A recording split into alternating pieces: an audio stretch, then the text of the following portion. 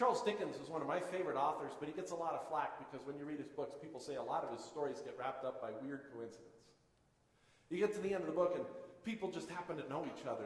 You're like, how did they know each other? Connections come out of weird places, and they say that's not very well planned. I love Dickens because that is the way my life tends to flow. Weird stuff happens. I run into people that I knew 10 years ago. I remember once when I was in Washington, D.C., a place I've only been a couple times in my life. I'm in a place surrounded by millions of other people, and I meet somebody that knew my brother from New Jersey, where I've never been. I didn't think, wow, God. I thought, oh, that's interesting. But the book of Esther shows how all these things reflect and reveal the hand of God. The place where you are looks like coincidence, perhaps. Looks like happenstance, and there will be no narrator to say to you, hey, God did this. But when you read the book of Esther, you begin to see, no, that's normal. God is behind it. So let's take a look. This is what happened during the time of Xerxes, Esther chapter 1. The Xerxes who ruled over 127 provinces stretching from India to Kush to Ethiopia. At that time, King Xerxes reigned from his royal throne in the citadel of Susa, and in the 3rd year of his reign he gave a banquet for all his nobles and officials. The military leaders of Persia and Media, the princes and the nobles of the province were present. So King Xerxes, he's a king of the Persians and Medians. And the Persians and Medians took over from the Babylonians, and the Babylonians had conquered the Israelites. Around the time that the Medo-Persians take over, though, they decide to let many of the Jews return to their homeland. But many of them did not return. Esther did not return, and Mordecai did not return, as we'll see. Why didn't they return? We don't know. Doesn't tell us. Doesn't tell us. Were they maybe nominal Jews? Maybe they weren't all that excited? Maybe they wanted to stay? I don't know. It doesn't tell us.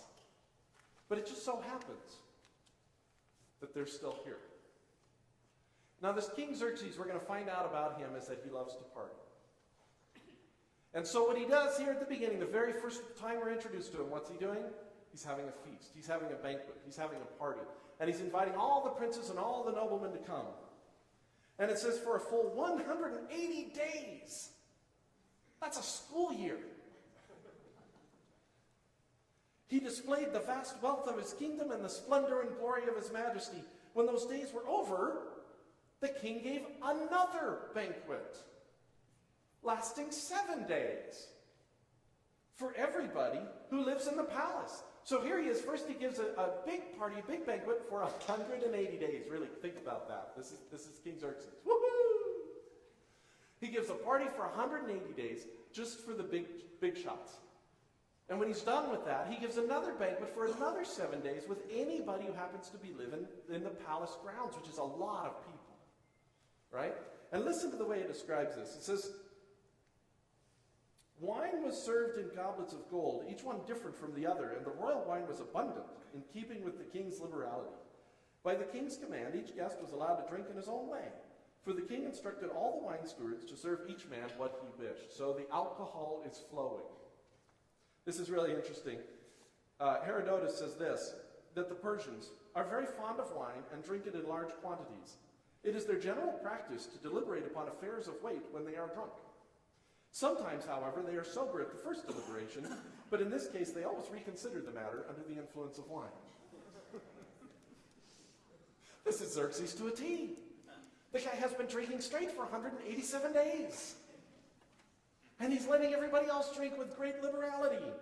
Now, Queen Vashti also gave a banquet for the women in the royal palace of the King Xerxes. They're going to have their own party. They don't want to hang out with all the guys who are drinking and drinking. I don't know what they're doing, but they have their own party. Maybe they're selling Tupperware. Scrapbooking.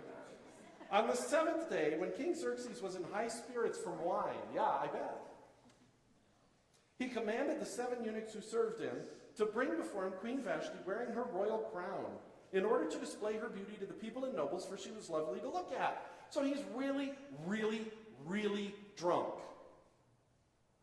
And he says, where's the little woman? Where's that beautiful wife of mine?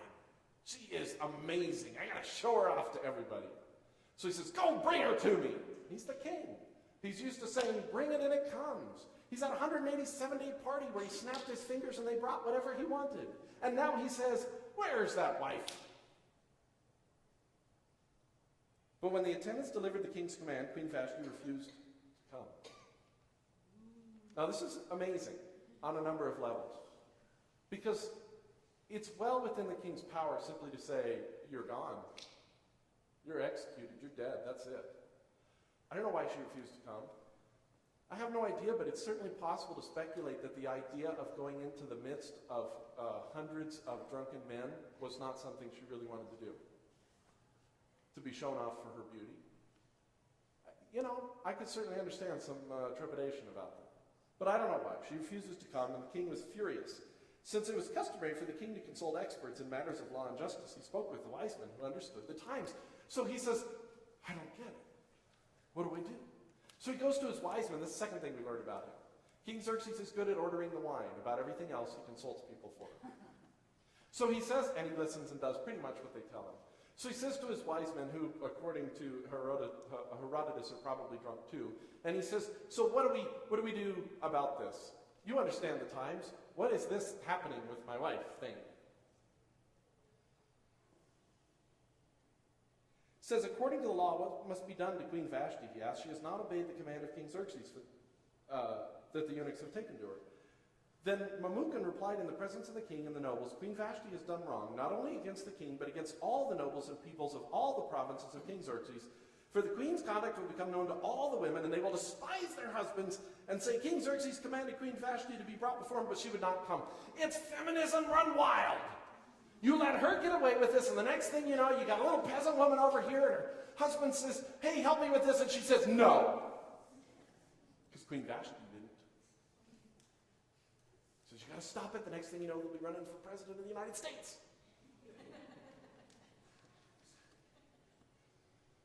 So he says, you're right, it's a good idea. So he says, get rid of her. Apparently he doesn't execute her, it's not clear. But he says, get rid of her. We'll find someone else in the meantime.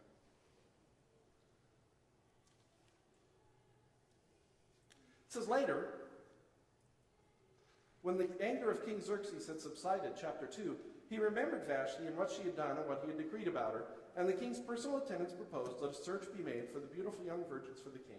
Let the king appoint commissioners in every province of the realm to bring all these beautiful girls into the harem at the citadel of Susa.